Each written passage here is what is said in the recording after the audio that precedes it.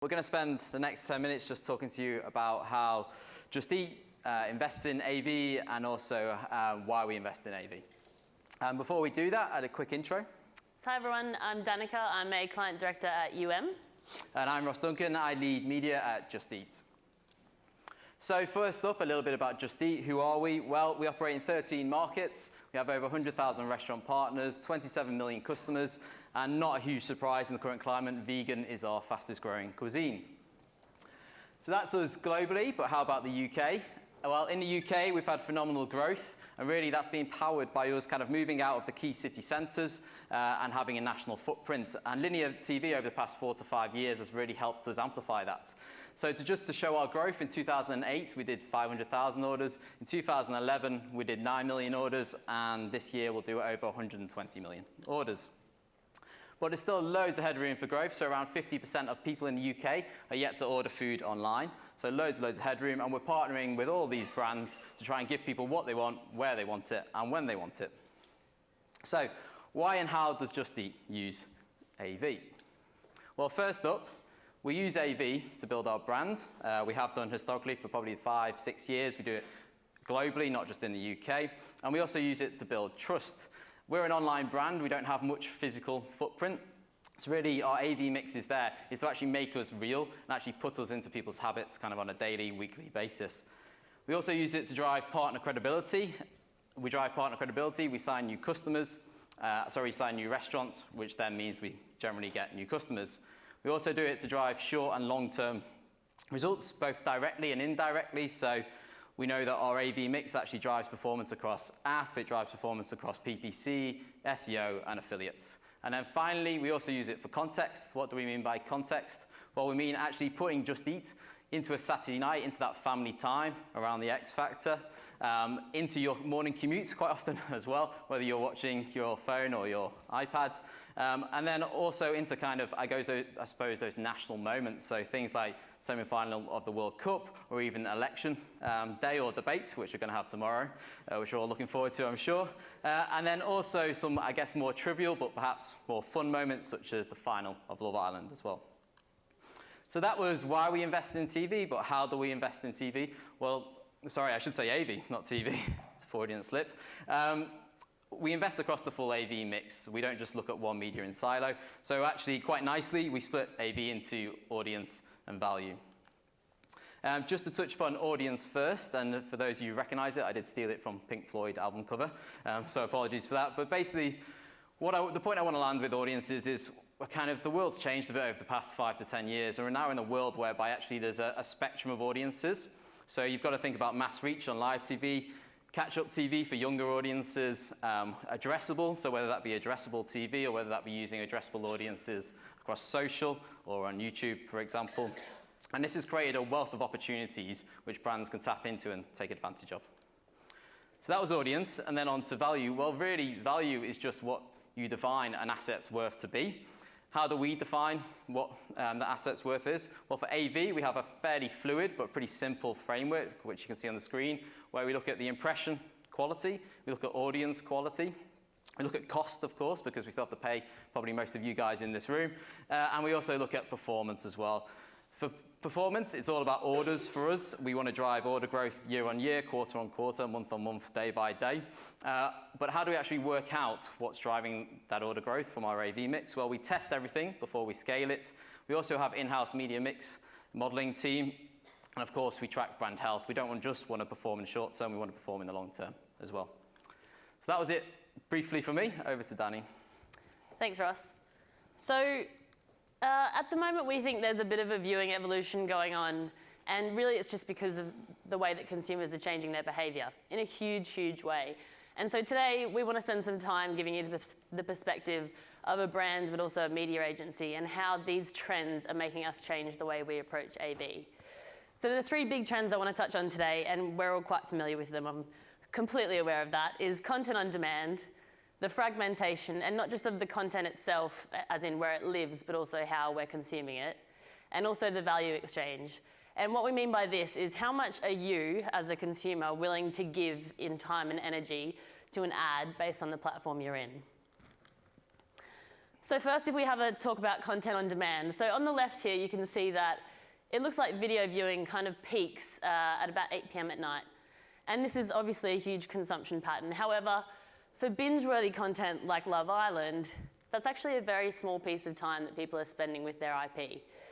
And this kind of binge-worthy content is getting really hard for producers to produce. So production companies are actually spending so much more money and investing so much more to try and get things that are creating that talkability and that earned reach that brands are really chasing.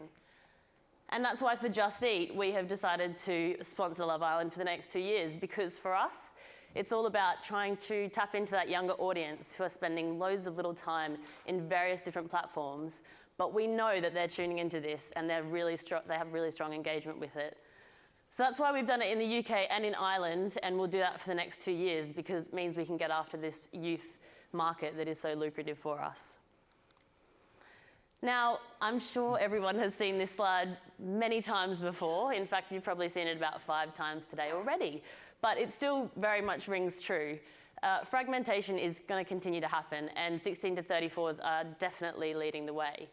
And I think what I find interesting about this is that it's not just happening across channel. Fragmentation is actually getting granular within channel as well.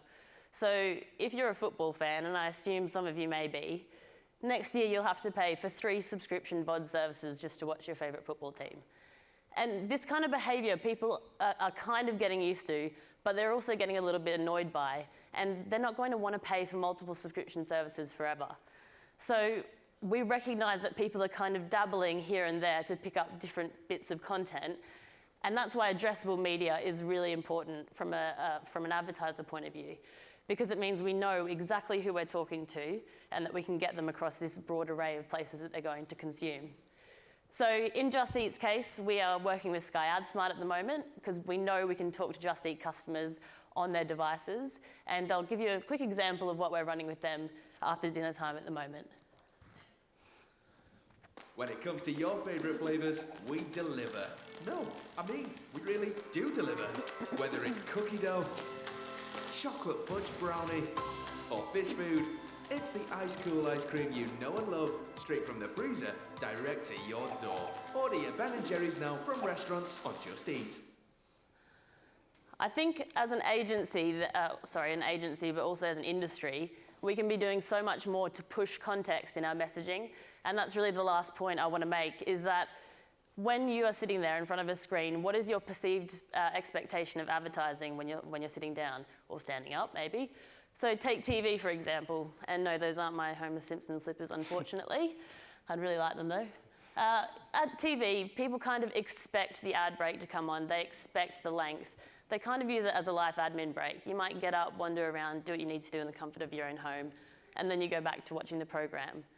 Conversely, in cinema, you're quite prepared when you're going, so you get there early. My sister actually must get there before the previews happen because she couldn't possibly miss it. It's half the fun for her. And a lot of people then inadvertently are seeing the brilliant ads that are being shown there. And then on mobile, on the small screen, we're often consuming content on the fly, so we really don't have the time or the patience to consume a lot of advertising. And so that skip mentality starts to come into play a little bit. I think for brands, the point here is that emotional advertising isn't relevant in every single environment.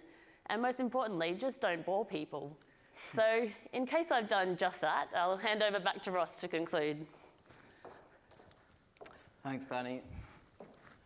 Yeah, just to wrap up our fairly short preso, I think as an advertiser, we believe that there's never been a better time to invest in the AV mix.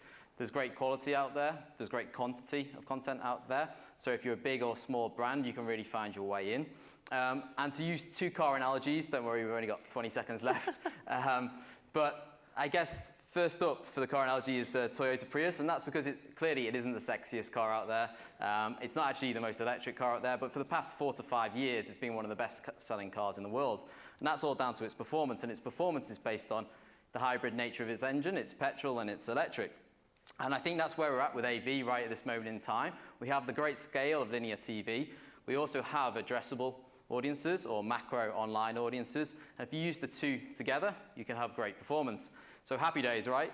Well, in truth, it is happy days, but I'm going to finish with another car analogy, which is Mr. Musk up there and his big Cybertruck. And that's because we all know, as an advertiser who invests in AV, but invests in performance marketing, invests across the board, really, at scale, we know that not all that's new and shiny is always better than what goes before. And with the rise of SVOD, the rise of Disney+, Apple+, Netflix, Amazon Prime, BritBox, actually, we know there is a decline in linear TV. And I guess for us, the watch out for you guys, you probably have some say in it, is we like the scale of TV, and we think it complements the online world, and we wouldn't want that to disappear completely. So yeah, we've got one eye on that, and we're hoping next 4 to 5 years we find some kind of happy medium. And that's pretty much it from us, so thank you for listening.